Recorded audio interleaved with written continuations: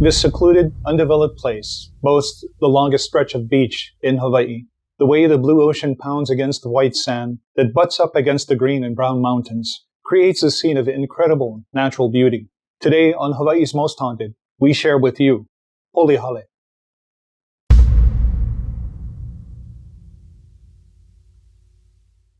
Beyond the cool waters and trade winds of our idealistic paradise is the thin veil which separates our world from the place where the shadows talk back. Welcome to Hawaii's Most Haunted.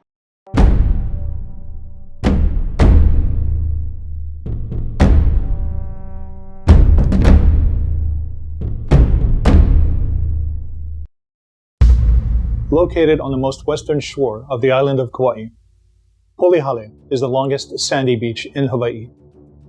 It is said that Polihale is the site of a Lena Kauhane, the leaping place where the souls of the dead leap into Po, the everlasting night. At the northern end of the beach, there is a heiau. In a state of disrepair and buried in a thicket of thorny kiawe trees and other brush, the heiau there is reportedly dedicated to Laka, the hula goddess, and was used for special ceremonies up until the time of King David Kalakaua. The spirits of the dead come to Polihale from all over the island. They are said to gather at Ka'ana on the edge of the canyon. Then the spirits follow the Hikimoi stream down to the heiau. Here they rest before climbing to the top of the 300-foot cliff and leaping into the ocean to sink into Po. Any spirits that were not accepted into Po were left to haunt the ridges of Waimea Canyon. Lamako Kahai, goddess of the ocean and eldest sister of Pele, wove a wreath of limu paha paha when she stepped ashore at Polihale and gave it a special quality. A lei paha paha can fade and dry out, but when soaked in water, will revive to its original freshness. Only the limu paha paha of Polihale does this. Visitors wore wreaths of paha paha home to prove they had indeed been there. Kapo Ulakina'u, another of Pele's sisters, also arrived at Polihale. Here, she and a bevy of her maidens discovered Kauna'oa, a parasitic vine growing in the pohuehue vines along the dunes. The red-orange stems were woven into a lei, and thereafter, anyone who asked Kapo Ulakina'u for help in defeating an enemy offered her a lei of Kauna'oa, preferably from the dunes of Mana itself.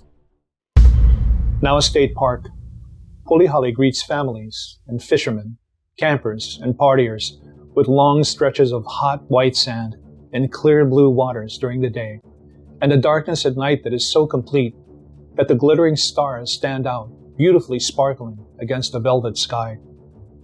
In this darkness, at the northern end of the beach, toward this heiau and this leaping place, people have witnessed the Nightmarchers and the procession of the dead.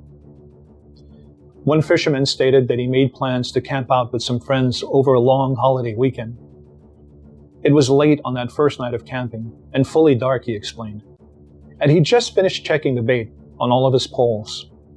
The fisherman was ready to sit down when someone exclaimed, "What is that?"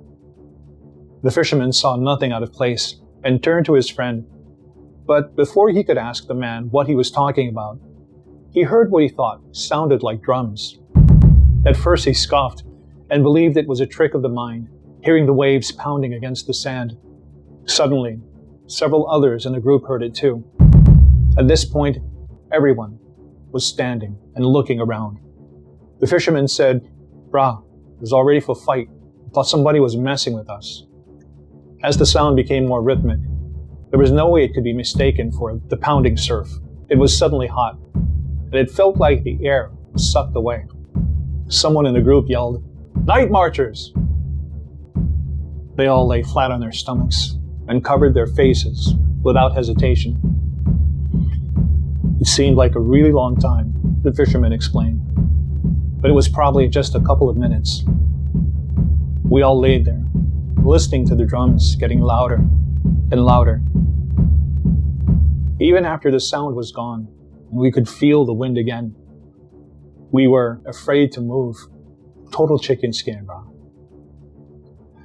I asked what they did afterward, and my question was met with a laugh.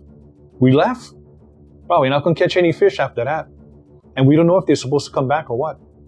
I'd rather go fishing one other day than be hard-headed and something bad happened to me. My tutu taught me way better than that.